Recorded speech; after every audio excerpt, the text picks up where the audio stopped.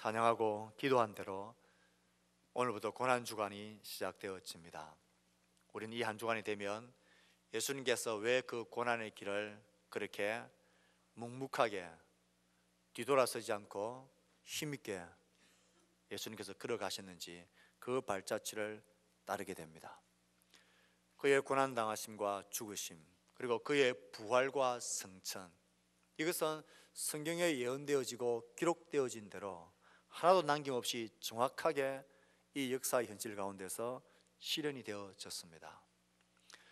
실현되어진 이 역사에 예수 그리스도의 고난당하심과 죽으심과 부활과 성천을 우리가 매해년마다 다시 기억하고 다시 생각하고 다시 묵상하고 다시 하나님 앞에 서는 데는 그만한 이유가 있을 것입니다.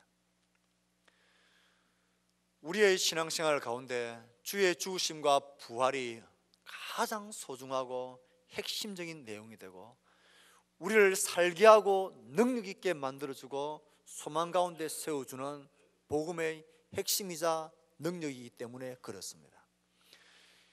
이 한 주간 이 능력과 그리스도의 복음이 우리의 심령 가운데 온전히 회복되어지기를 축복합니다. 또 그렇게 되기 위하여 우리는 기도하며 새벽을 깨우며 주님의 고난의 뒤를 따르려고 애를 쓰는 것입니다. 또 한 가지, 나의 내적인 이런 부흥과 구원의 감격과 복음의 능력의 회복과 동시에 주님께서 약속하신 내가 다시 올 것이다, 그때가 언제인지는 모르지만 죽으시고 부활하시고 성천하신 주님은 그것으로 끝이 아니라 그 주님은 다시 오실 것이다. 재림의 날 그때를 우리는 주목하고 목적하고 바라보며 살아가는 걸음이라는 것을 이 고난주간은 주님을 따르면서 다시 한번 되새기게 되는 것입니다. 주께서 이루어 놓으신 구원의 감격, 복음의 능력뿐만 아니라 주께서 다시 이루실, 아니 온전히 이루시고야 말 재림의 날, 그 마지막 하나의 역사적인 날을 우린 실제적으로 기다리며 오늘을 살아갑니다. 그래서 이 고난주간, 이 한 주간을 기도하며 주의 고난의 발자취를 따라갈 때에 그 주님이 다시 오시겠다 하신 약속이 이루어질 것을 믿고 주님 오실 그 날을 기다리며 우리가 어떻게 살아가야 할 것인가, 어떤 자세와 태도를 가지고 살아가야 할 것인가를 새겨보는 것은 이 고난주간을 시작하는 이 첫날 우리 가운데 바른 지침과 이 한 주간에 대한 방향을 잡아주겠다 싶습니다. 그래서 오늘 우리가 익히 잘 아는 달란트 비유의 이 말씀을 본문으로 택했습니다. 우리는 일상적으로 이 달란트 비유를 도덕적이고 윤리적인 차원에서 이해하는 경우가 많습니다. 하나님이 각자에게 재능을 맡기셨다, 이 재능과 은사를 가지지 않는 사람은 아무도 없다, 낭비하지 말고 허비하지 말고 의미 있게 내 인생을 살아야 된다라는 정도로 이 말씀을 이해한다면 우린 주님께서 절박한 심령으로 제자들에게 말씀하신 그 의미를 많이 놓치고 있다 할 수 있습니다. 지금 예수님께서는 고난당하기 전 마태의 기록에 의하면 그 제자들과 고난당하고 제자들과 이제 더 이상 대화를 나눌 수 없는 마지막 제자들에게 주시는 교훈의 말씀입니다. 예수님은 25장에서 이 일련의 비유의 말씀을 제자들에게 하시고 난 이후에 이제 예수님께서는 고난당하시고 잡히시고 십자가의 길을 걸어가십니다. 마태의 기록에 의하면 예수님께서 고난당하시기 전 제자들에게 마지막으로 그들에게 하신 말씀이 오늘 기록되어져 있는 말씀입니다. 내가 이제 고난당하고 죽고 다시 부활하고 아버지께로 갈 거다. 하지만 너희들 그게 끝이 아니다. 내가 아버지께로 가면서 너희들에게 중요한 일을 맡길 거다. 그리고 내가 언제인지는 모르지만 다시 올 거다. 다시 온 그날 내가 너희들과 결산할 거다.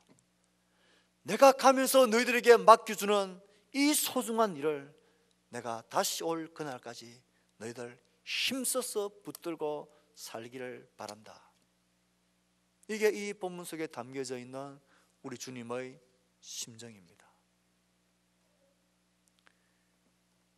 25장에 이어서 나오는 이 비유의 말씀들을 생각해 보십시오.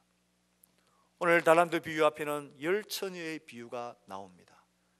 미련한 5처녀와 지혜로운 5처녀. 달란트 비유가 나오고 이 비유에 이어지는 비유들이 양과 염소의 비유입니다. 마지막 날, 재림의 날, 그때에 하나님 앞에서 어떻게 우리가 구분되어질지를 말씀하시고 있습니다. 그러니 당연히 이 달란트 비유는 마지막 때를 기다리는, 주의 죽으심과 부활, 승천, 그리고 다시 오실 재림의 날을 기다리는 이 역사적인 삶 가운데 살아가는 우리들에게 우리가 어떻게 그의 날을 기다리며 어떤 자세와 태도로 살아가야 할 것인가 하는 것을 우리에게 말씀해 주시고 있습니다. 그러므로 이건 주님의 입장에서는 절박한 마음입니다.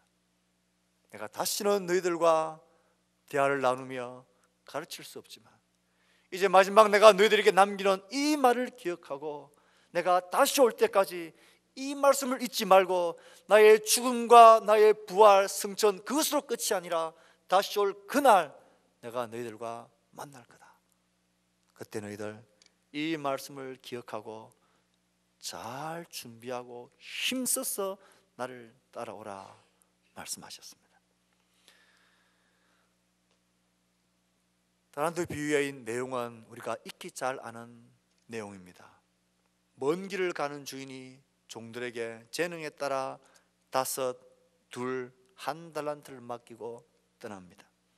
오랜 후에 돌아와 계산해 보니 5 받은 종은 5을 남기고 2를 남긴 종은 2를 받은 종은 2를 남겨서 착하고 충성된 종이라 칭찬받으며 더 큰 즐거움에 참여하게 됩니다. 나머지 하나는 그 받은 것을 땅에 감추어 두었다가 악하고 게으른 종이라 책망받고 있는 것도 다 빼앗기고 바깥 어두운 곳에 내어 쫓겨 슬피 울며 이를 간다 하는 게 달란트 비유의 내용입니다.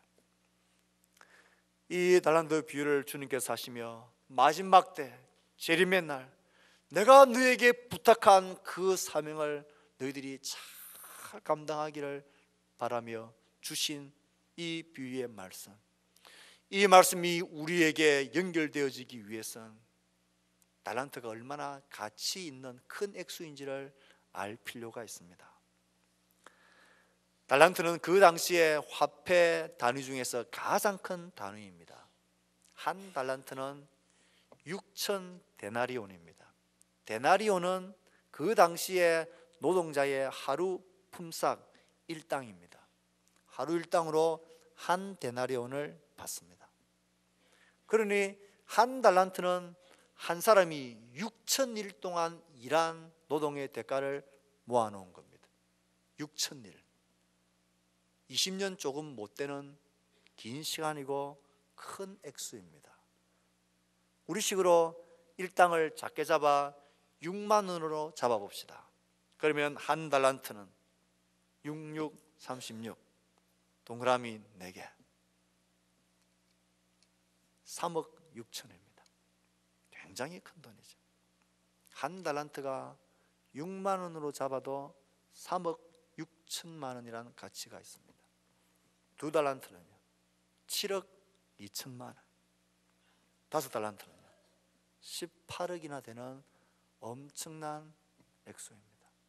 1당을 조금 더 세게 잡으면 이 액수는 훨씬 더 많아집니다. 이 액수는 종으로서 주인에게 기대할 수 있는 그런 기대를 뛰어넘을 만큼 큰 액수입니다. 그러니 이 큰 액수를 주인이 종들에게 맡겼다라는 것은 보통 큰일이 아닌가요? 보통 내가 그를 신뢰하기 때문에 맡길 수 있는 게 아니에요. 주인이 정말 신뢰할 수 있는 사람, 너라면 잘할 수 있다, 너라면 내가 이것을 다 믿고 맡길 수 있겠다, 너라면 잘할 수 있을 거야, 이런 주인의 신임을 분명히 받고 있는 종들입니다. 이런 엄청난 재산을 맡길 만큼의 주인이라면 종들이 이 셋뿐이었겠습니까? 훨씬 많은 종들이 있을 것입니다.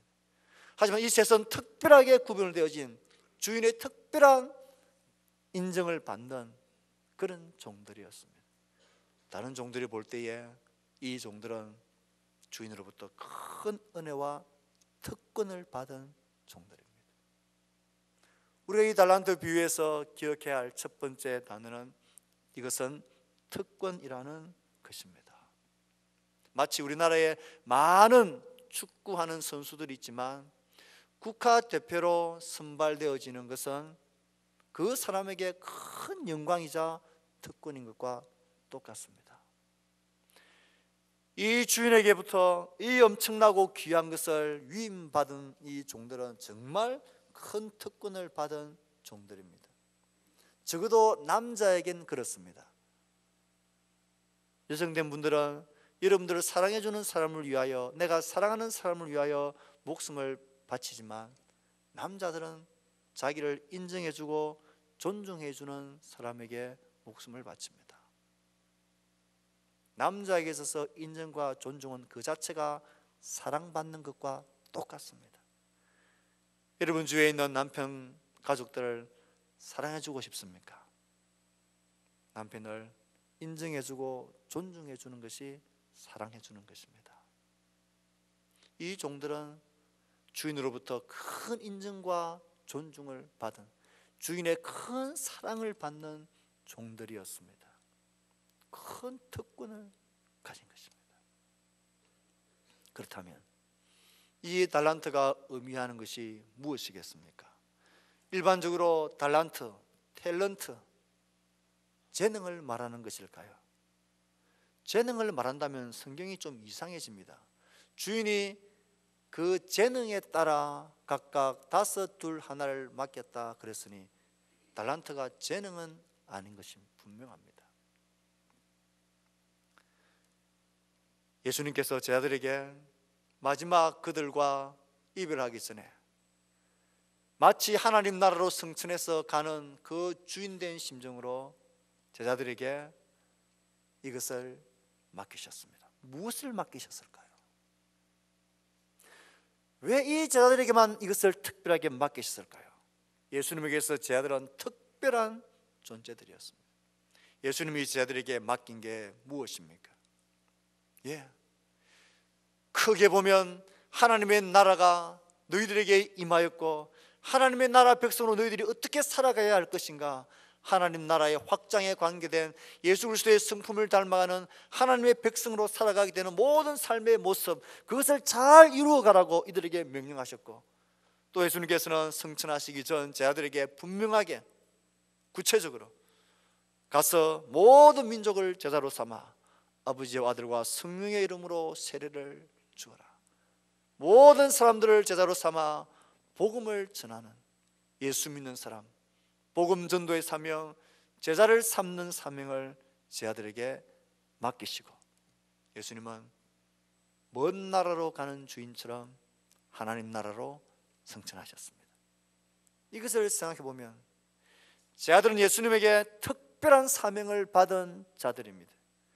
온 민족에게 복음을 전하고 제자를 삼아야 할, 영혼 구원해야 될 이 특별한 사명을 그 재능에 따라서 각각 맡은 자들입니다.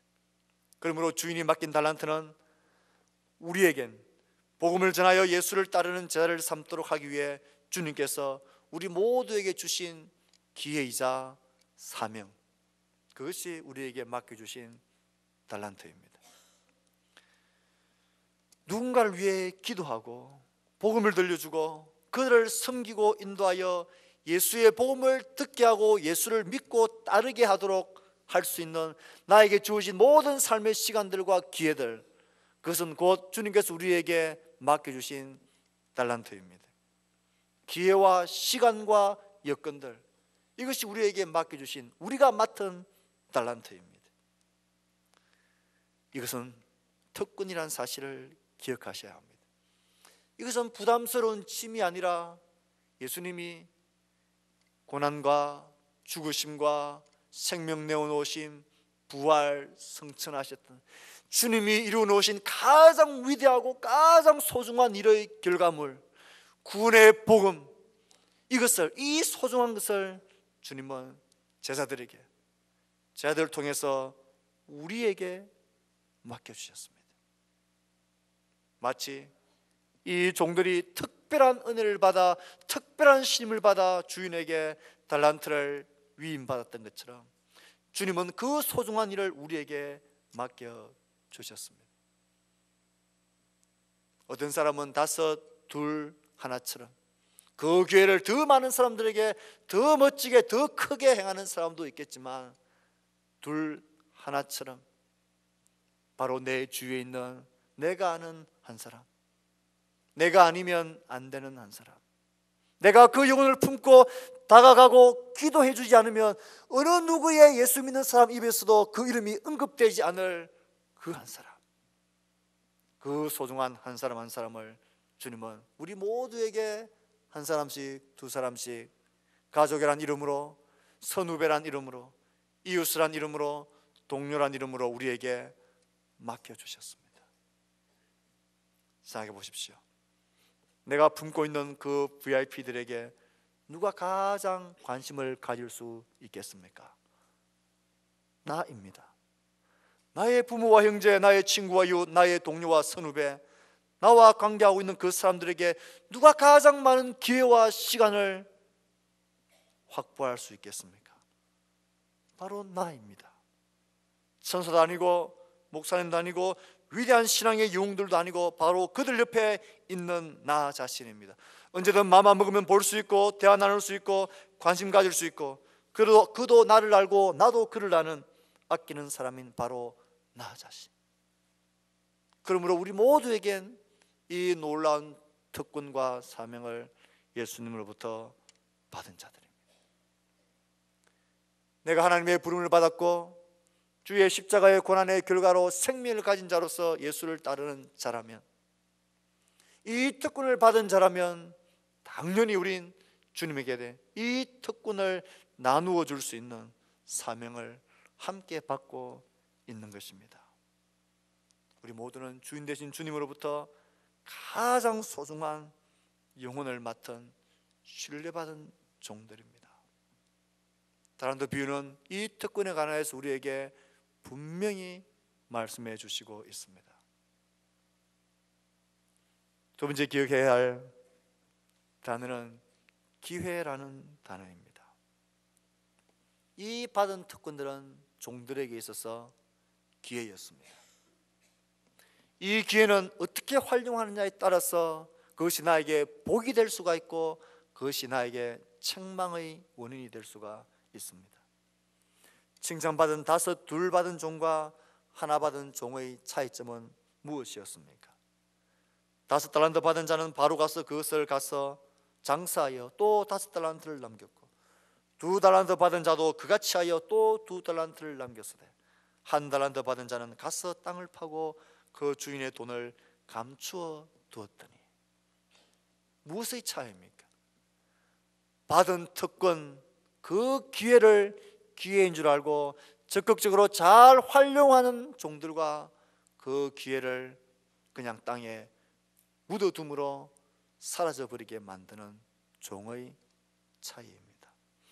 어떤 사람에게 이 특권은 하나님의 일에 참여할 수 있는, 그의 나라와 충성된 종으로서 인정될 수 있는 놀라운 기회인 동시에, 또 어떤 사람에겐 이것은 무거운 짐이고 그래서 내가 감당할 수 없어서 땅에 묻어둬버린, 그래서 그 주인으로부터 책망받게 되어질 위험한 물건일 수가 있습니다. 왜 기회를 1달란트 받은 종은 활용하지 못했을까요? 오늘 주님의 고난과 그 죽음의 발자취를 쫓아가고 주의 재림을 기다리는 우리들이 그 맡은 특권을 기회로 활용하는 일에 주저하게 될까요? 비교의식일 수 있습니다. 하나가 뭐야? 난 저들보다 재능이 작아. 할 수 있는 게 없어. 이것 가지고는 못해. 나도 저들처럼 좀 더 많은 능력과 좀 더 많은 준비가 되어 있으면 할 수 있을지 모르지만 이것밖에 안 되는데 못해. 안 해. 안 하는 것만 못해. 이런 비교의식이 우리를 주눅들게 만듭니다. 두려움 때문입니까? 자칫 잘못했다가는 이 있는 것마저 잃어버리면 주인이 나에게 뭐라고 말할까? 그냥 주인의 것을 고스란히 땅에 묻어두었다가 그냥 주인에게 돌려드리는 게 훨씬 안전할 거야. 내가 나의 이웃들과 나의 VIP들에게 나와 함께 교회 가자 말해가지고 무슨 소리를 들을까? 네가 다니는 교회라면 나는 안 가겠다. 너나 잘 하세요. 내가 예수 믿는 사람으로 똑바로 살지도 못했는데 어떻게 그들에게 교회 가자고 말할 수 있을까? 예수 믿는 너 모양이 왜 그 모양 그 꼴이냐고 이런 말을 들으면 내가 뭐라 말할까? 차라리 날 비웃을 거야. 차라리 그냥 말 꺼내지 않고 괜히 갈등을 일으킬 만한 책 잡힐 말을 할 필요가 뭐 있을까 하고는 속으로 삼켜버리게 되는 두려운 말입니다. 주인에 대한 오해가 이 한 달러트 받은 종을 땅에 감추어 두게 만들었습니다. 주인님에게 내가 자칫 잘못해서 손이라도 끼치면 그 주인은 나에게 완고하고 굉장한 사람인데, 모진 사람인데 내가 어떤 벌을 받게 될지 두려웠습니다. 그는 주인이 정말 어떤 분인지를 몰랐습니다. 왜 자기에게 이 엄청난 달란트를 맡겨주시는지를 몰랐습니다. 이 기회를 주시고 특권을 주시면 이것을 가지고 너가 할 수 있는 최선을 다하여 적극적으로 활용하고 너가 할 수 있는 것을 너 나름대로 비교하지도 말고 두려워하지도 말고 내가 너를 믿고 신뢰하고 맡겨준 대로 너도 한번 최선을 다해서 해보라고 주신 주인의 지지와 격려와 기회인 줄을 알지를 못했습니다. 사랑하는 성도 여러분, 우리의 삶이 하나님으로부터 부여받은 기회인 줄, 특권인 줄 알고 계십니까? 그것도 한 번밖에 없는 인생이라는 기회를 살아가고 있는 것이 그냥 살다가 가기에는 너무나 엄청난 사명을 받은 특권인 것을 알고 계십니까? 왜 우리의 주님이신 주님께서 나로 먼저 주님의 고난과 십자가의 죽음과 부활의 복음을 받아들이게 만드셨습니까? 왜 그 생명이 내 안에서 심장 뛰게 만드셨습니까? 왜 나를 먼저 불러주셨고 왜 나를 이 가족, 이 친지, 이 직장에 하나님이 나를 먼저 불러서 나를 그들에게 두셨을까요? 그리고 왜 이 나의 남은 삶을 그 안에서 그들과 관계하며 살게 하실까요? 그냥 나 혼자 잘 먹고 잘 살아라고요? 우리가 하나님으로부터 영원한 존재로서 나 자신을 인식하고 살아간다면, 내 삶이 짐승과 다른 영원한 존재라면 무언가 이 영원한 존재인 나의 삶을 통하여 뭔가 영원한 것에 대한, 영원한 것의 가치 있는 것에 대해 내가 무언가를 역사하고 뭔가 영원한 것을 위해 존재하는 자가 아닐까요? 사라지고 없어질 돈, 명예, 기쁨, 쾌락, 명성들, 이 모든 것들은 영원한 게 아무것도 없습니다. 내가 영원한 존재라면 무언가 나도 영원한 가치 있는 무언가를 위하여 존재하고 있는 것이 아니겠습니까? 주님 우리에게 그 영원한 가치가 있는 무언가를 맡겨주신 게 아니겠습니까? 그것을 살아라고, 그것을 힘써 행해라고 맡겨준 게 아닐까요? 돈을 벌고 큰 집을 짓고 큰 차를 사고 저축을 많이 하고 그렇게 살아라고 우리의 삶을, 이 영원한 삶을 주셨을 리가 없습니다. 주님은 우리를 먼저 부르셨고 이 소중한 주님이 이루어 놓으셔서 만들어 놓으신 생명이라는, 복음이라는 이 소중한 것을 우리에게 맡겨주셨습니다. 그리고 내 주위에 많은 사람들을 주님께서는 두셨습니다. 이것은 특권이자 기회입니다. 땅에 묻어둔다고 내가 벗어날 수 있는 것이 아니라는 것입니다. 특권과 기회는 반드시 책임과 연결되어져 있습니다. 모든 특권과 기회는 반드시 그렇습니다. 부모의 특권을 가졌습니까? 부모로서의 책임이 있는 것입니다. 상사로서의 특권을 가졌습니까? 상사로서의 책임이 있는 것입니다. 그리스도인으로서의 특권을 가지셨습니까? 그리스도인으로서의 책임이 반드시 있는 것입니다. 이 책임은 내가 그 기회를 어떻게 활용했느냐에 따라서 결정되어질 것입니다. 두 종류의 책임의 모습이 보이게 될 것입니다.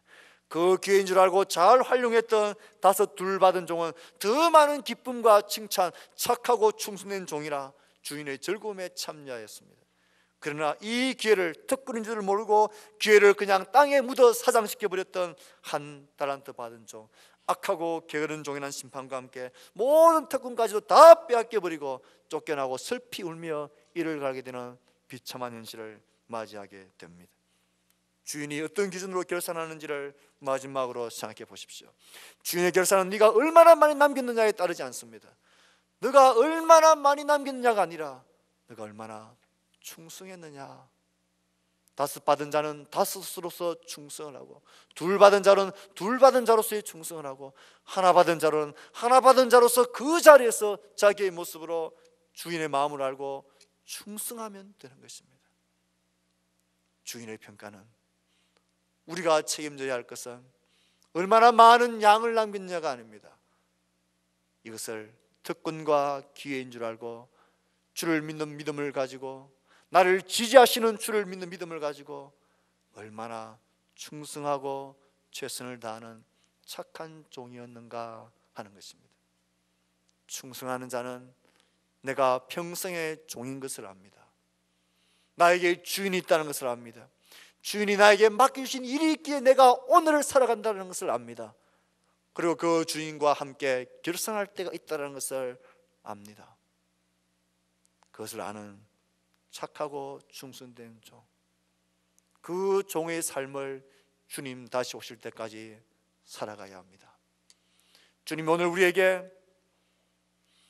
하나님의 그 마음을 알고 예수 그리스도가 아니면 안 되는 우리의 구원을 이루기 위하여 주님께서는 이 땅에 오셔서 그의 고난과 죽음과 십자가의 고통의 길을 걸으셨습니다. 한 번도 물러서지 않으셨습니다. 한 번도 거부하지 않으셨습니다. 담대하게 하나님의 뜻을 이루기 위하여 그 길, 주님이 아니면 안 되는 그 특권을 가지고 그 길을 책임 있게 걸어가셨습니다.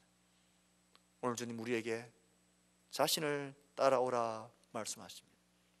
고난의 주님이 십자가의 죽음과 부활로 우리에게 남겨주신 생명, 우리에게 부탁하신 영혼, 이 영혼을 위하여 우리가 할 수 있는 최선을 다하셔야 합니다. 적어도 이 일만큼은 우리가 땅에 묻어둬서는 안 됩니다. 주님이 이 일을 이루시기 위하여 겟세마네에서 피땀을 흘리시며 기도하신 것처럼 우리도 이 고난의 주를 실제적으로 믿고 따라간다면 우리도 그 영혼을 품고 누군가의 영혼을 가슴에 품고 눈물을 흘리며 기도할 수 있는 한 주간이 되어야 합니다.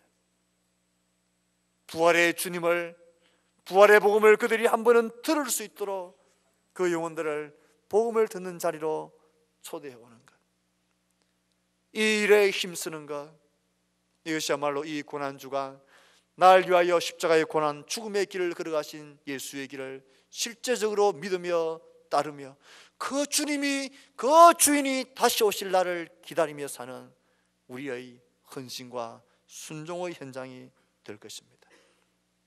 사랑하는 성도 여러분, 이제 내일 새벽부터 우리는 기도할 것입니다. 마태복음의 정언을 따라서 주님의 고난의 길을 하루하루 한 걸음 한 걸음 말씀을 따라갈 것입니다. 함께 모여 찬양하며 말씀을 따라 주의 길을 따르며 또 그 말씀대로 우리 속에 이루어지기를 간절히 기도하며 또 누군가가 나의 영혼, 나를 통하여 영혼들이 주께로 돌아오게 되는 이 놀라운 일들을 위하여 우린 애쓸 것입니다. 우리가 할 수 있는 일을 하는 것, 이것이 착하고 충성된 종의 모습입니다. 바라기는 이 기도의 기회와 초청의 기회를 나와는 상관없는 일이냐 땅에 묻어두지 마십시오. 눈 한번 질끈 감으면 지나가 버리는 한 주간의 삶이 되지 않도록, 하나님 앞에서 적어도 내가 달란트를 받은 종인 줄을 알고 그 주님 앞에서 힘써 자신을 세우는 신실하고 착한 그리스도인들로 한 주간 예수를 따라갑시다. 기도의 자리에서, 복음을 듣게 하는 자리에서 우리의 주인이 기뻐하실 수 있는 주님의 십자가의 길을 묵묵히 잘 따라가는 착하고 충성된 종 다 될 수 있기를 주의 이름으로 축복합니다.